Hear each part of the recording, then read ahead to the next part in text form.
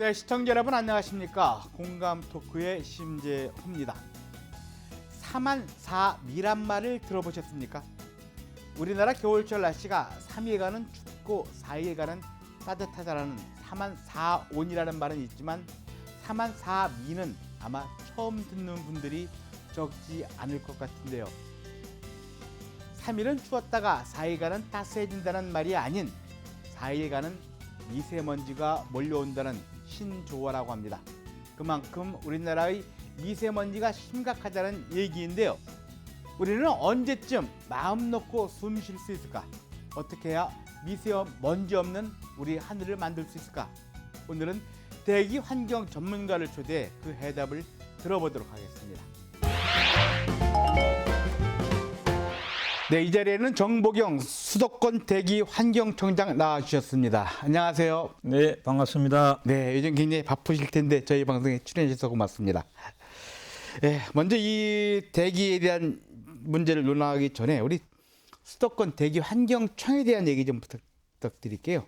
먼저 어떤 일을 하는 곳인가요? 네, 수도권 대기 환경청은 2005년에 개청을 했습니다. 지금 환경부 소속 기관으로 되어 있고요. 네. 수도권 대기 환경청 개청 목적은 수도권의 대기 오염이 심각하기 때문에 이 문제를 전담해서 해결하라 하는 조직의 목표를 부여받고 지금 개청을 해서 수도권의 대기 오염 물질들을 다루는 곳입니다.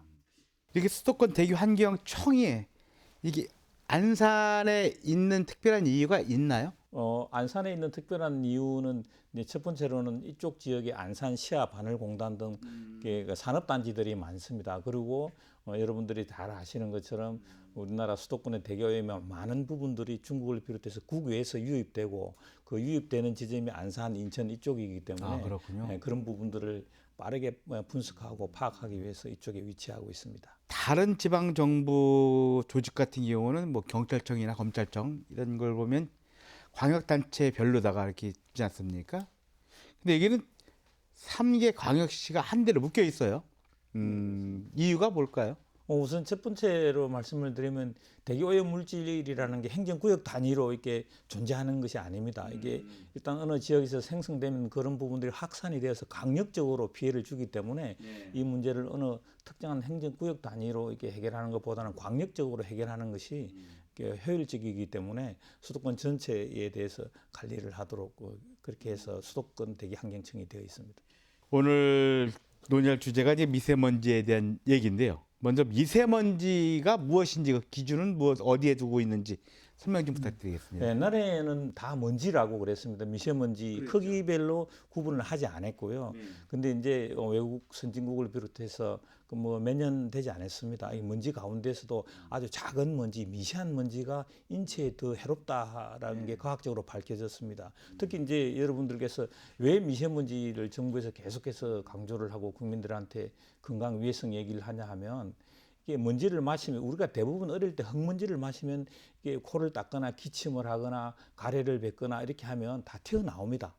근데 아주 미세한 먼지는 이 코의 점막이라든지 코털이라든지 이런 걸 다 통과해서 배 깊숙한 곳까지 들어가도록 되어 있습니다. 그러다 보니까 이 배에 들어가서 폐부를 계속해서 이게 콕콕 찔러서 염증을 일으키고 이런 것들이 이제 혈액을 통해서 이게 몸 전체로 다닙니다. 그러다 보니까 뇌 쪽에 가면 이게 뇌졸중이 생기는 거고 심장 쪽에 오면 심혈관계 질환이 생기는 거고 또 하부에 가면 생식 기능에 영향을 주고 이렇게 해서 이제 WHO라고 하는 세계 보건기구에서 이 미세먼지는 1군에 속하는 발암 물질이다 이렇게 이제 개념을 지었고 그 이후로 세계 선진국을 비롯해서 이 먼지 중에서도 미세먼지를 관리하기 위해서 많은 정책들을 쏟아내고 있는 것입니다. 특히 겨울철 되면 이 미세먼지가 심각하지 않습니까? 예, 그렇습니다. 그래서 이 미세먼지를 계절 관리제라 해가지고 이렇게 별도로 관리 운영하는 게 있죠. 예, 그렇습니다. 예, 어떤 건가요, 이거요? 예, 지금 말씀하신 것처럼 미세먼지 계절 관리제다 하면 그 이름에서 연상이 되는 것처럼 이 계절을 관리하는 것입니다. 이 동절기 특히 겨울에는 다른 계절과는 다르게 세 가지 특징이 있습니다. 하나는 춥기 때문에 시민들이 난방을 많이 해서 오염 물질들이 다른 계절에 비해서 한 20%, 30% 이렇게 많이 나옵니다. 일단 두 번째는 겨울이 되면 우리나라 계절풍이 북서풍으로 바뀝니다.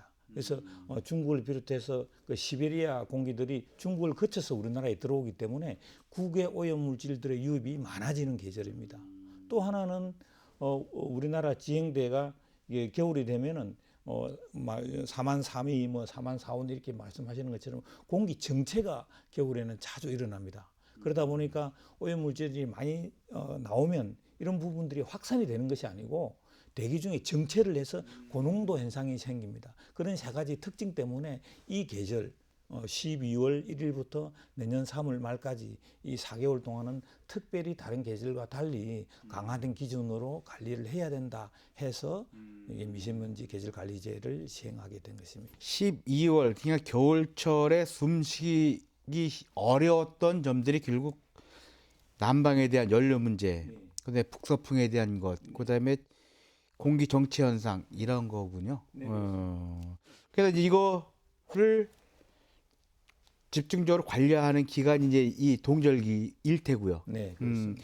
특별하게 이렇게 좀 동절기에 그 미세먼지를 관리하기 위해서 뭐 특별한 필요성이 있나요?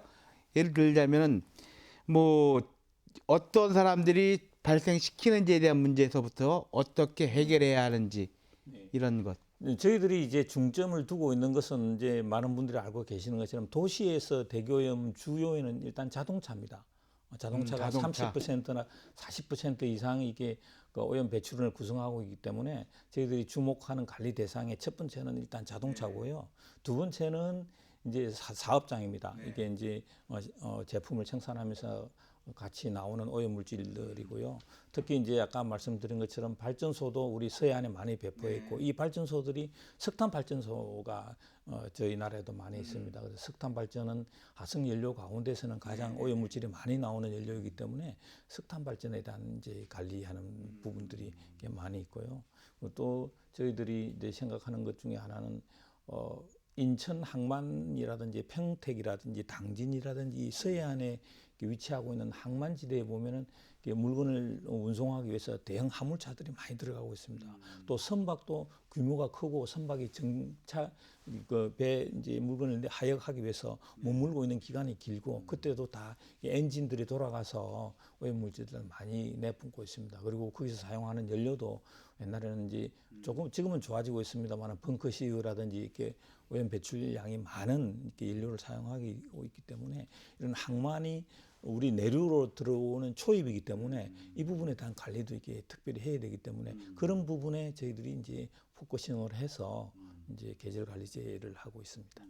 발전소나 항만이나 모두 우리 경제 발전에 없어서는 안 될 네, 그렇습니다. 존재들이 아니겠습니까? 예. 그러니까 여기에 대해서 어떤 식으로 관리를 해야 할까요, 여러분요? 저희들이 생각할 때 지금 말씀하신 것처럼 경제와 환경이라는 게 항상 조화를 이루면서 저희들도 가야 된다고 보고 있고요.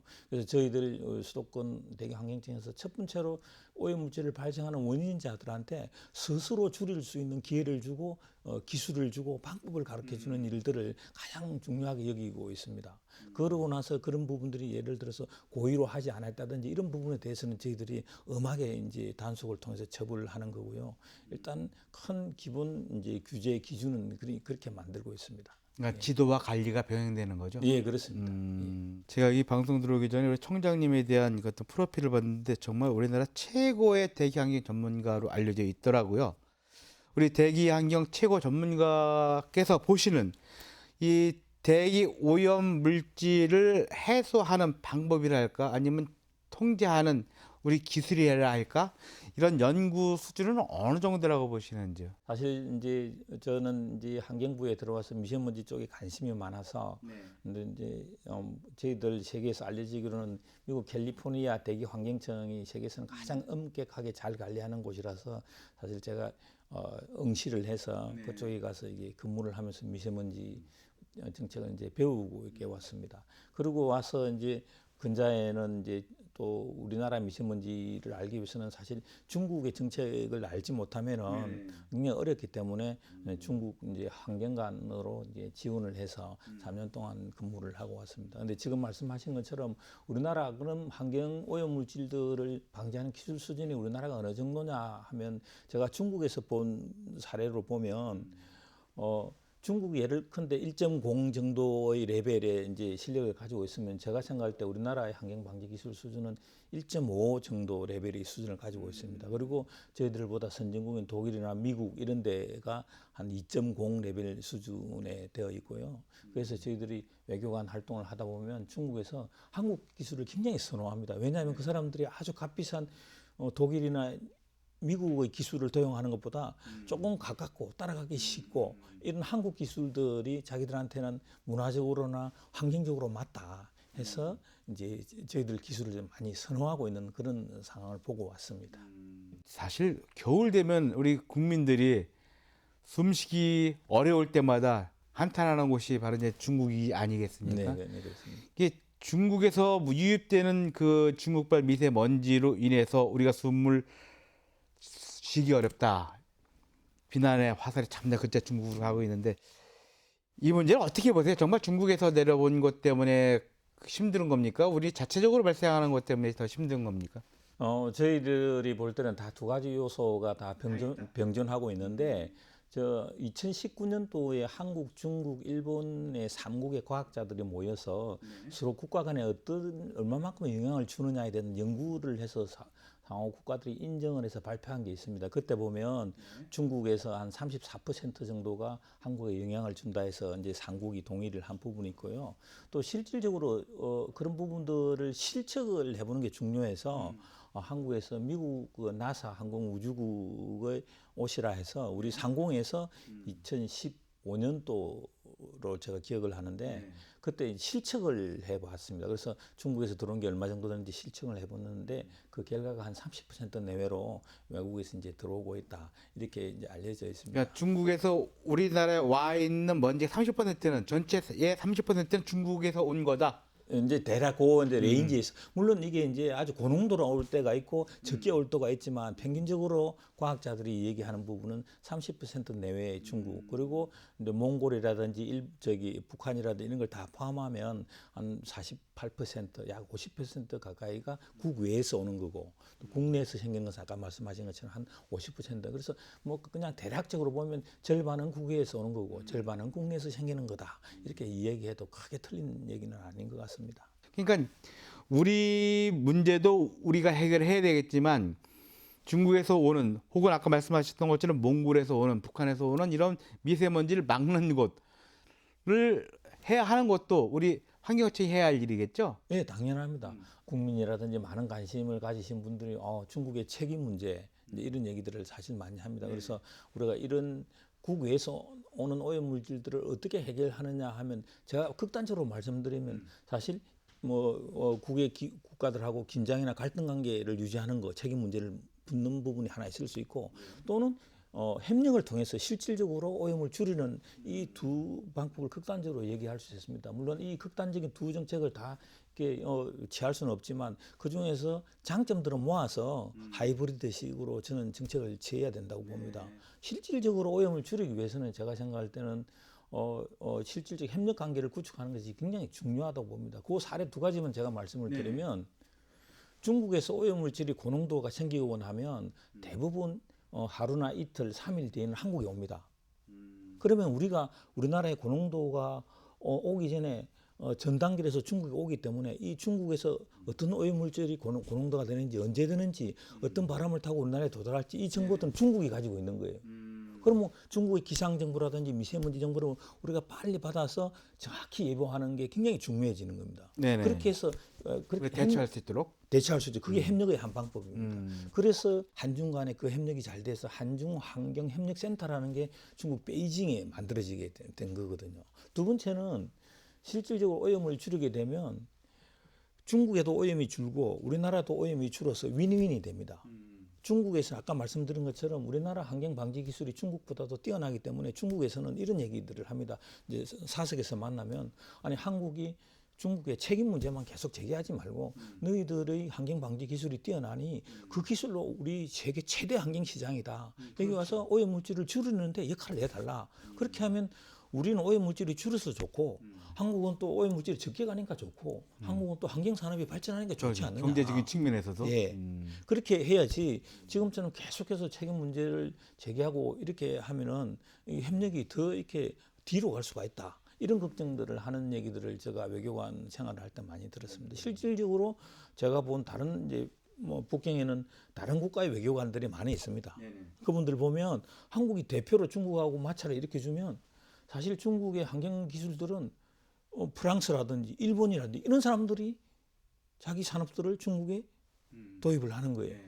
그래서 저는 그런 실질적 협력 관계를 유지하는 것이 하나의 좋은 방법이다 이렇게 말씀드리고 싶습니다. 협력 관계를 통해서 사실 우리한테 불리한 어떤 대기 오염 물질이 오지만 그것을 해결하기 위해서 우리가 경제적인 어떤 이익도 누릴 수 있다 이런 얘기네요. 우리가 최근 언론에 그 5등급 차량 운행 제한을 하지 않습니까? 뭐 디젤 차량 이런 거에 대한 그 제재가 많은데 이것 또한 지금 대기 오염을 줄이기 위한 내부에서의 방법이겠죠? 예, 그렇습니다. 지금 자동차 등급제에 대해서 국민들이 관심이 많을 것입니다. 왜냐하면 12월 1일부터 수도권에는 자동차 자기 차가 배출가스 5등급을 받고 나면 운행 자체가 안 됩니다. 그래서 수도권 주민 여러분들께서 내 차가 5등급인지 궁금하실 텐데요. 인터넷에 우선 제가 말씀드리고 싶은 것은 자동차 배출가스 등급제라고 하는 글자를 쳐넣으면 제 차가 5등급인지 4등급인지 1등급인지 이렇게 나옵니다. 아, 그렇습니까? 예, 그렇습니다. 물론 환경부에서 모든 자동차를 1등급, 전기차라든지 수소차라든지 오염물질이 안 나오는 것을 1등급으로 분류를 했고 오염물질이 제일 많이 나오는 것을 5등급으로 분류해놓은 카테고리가 있습니다. 그래서 내 차 번호만 넣으면 나오기 때문에 일단 자기 차가 몇 등급인지 아시는 게 굉장히 중요하고요. 두 번째는 12월 1일부터 이제 수도권에 운행을 하게 되면 과태료를 10만 원을 받게 됩니다. 그래서 그런 부분들을 인지를 하셔야 되는 거고요. 이제 그걸 이제 그래서 제가 5등급 차다 내 차주가 그렇게 되면 어떻게 해결해야 되느냐 하면 우선 이제 오염 물질들이 옛날에 나온 차들은 지금 신차 방치 기술에 비해서 수십 배의 오염 물질이 나옵니다. 그래서 정부에서는 조기 폐차를 이제 권장을 하고 있고요. 조기 폐차를 하게 되면 거기에 대한 보조금들을 저희들이 뭐 대당 300만 원에서 많게는 3천만 원까지 이렇게 지급을 하고 있습니다. 차량 종류에 따라 다르겠지만요. 예, 그렇습니다. 그렇게 근데 이제 어떤 이제 차주분들께서 나 지금 조기 폐차하기 어려워. 그렇게 하시는 분들도 계실 겁니다. 그런 분들은 배출가스 저감 장치를 장착을 하면 운행하는데 아무 문제가 없습니다. 매연 저감 장치를 부착하는 비용의 90%를 국가에서 지급하고 또 생계형에 해당되는 분들은 100% 국가가 지급하기 때문에 해당 시군이라든지 또 자동차 환경협회 이런 데 전화를 하셔서 내가 이렇게 매연 저감 장치를 부착하고 싶다 의사를 표시하시면 친절하게 안내를 해서 저희들이 도와드리고 있습니다. 이 최근에 또 이 수도권 사업장에서 미세먼지를 자발적으로 줄이겠다 하는 협약도 하셨죠? 네, 그렇습니다.